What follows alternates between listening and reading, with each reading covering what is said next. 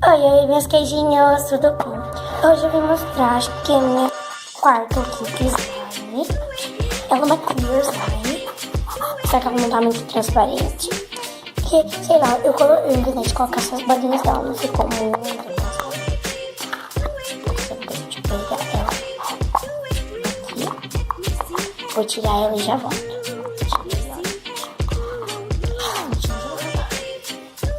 Ela é muito gostosa, olha.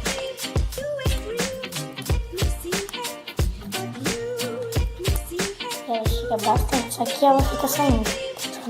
Elas eram bolinhas de cheiro.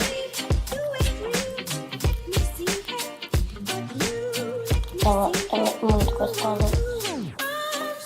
Eu acho que, se não me engano, eu paguei, foi uns 5 reais, né? Ou 5 ou 7. Eu não me lembro. Mas ela é muito gostosa. Pena que eu coloquei essas bolinhas pra elas ficam saindo, né? Isso é o fim dela, mas ela é muito gostosa em si, ó.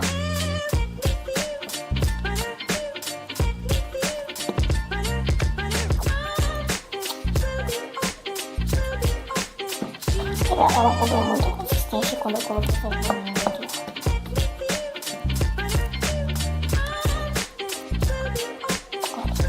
Mas ela é muito gostosa.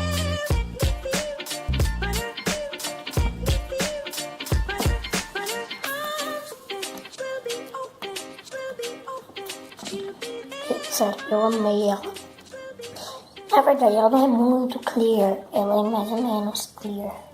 Se vocês sabem que tipo que é essa, deixem aí nos comentários, olha. Ela é meio clear. Ela não é muito clear, mas é um pouco. É muito gostosa, olha. Ela é meio clear, sim, vocês ela fica transparente.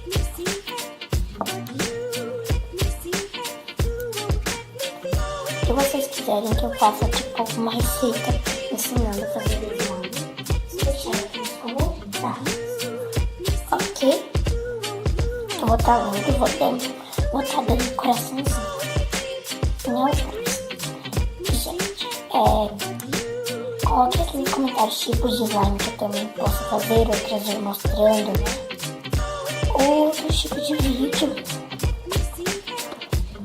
tipo alguma coisa, desafios e tal. Então, gente, se você não tem dinheiro de coração, já deixa o like, se inscreveu, ativa o sininho e compartilhou com todos os amigos. Então, gente, esse foi o vídeo. É só pra mostrar um pouco, né? Essa slime gostosa. Então, um beijo de queijo e tchau!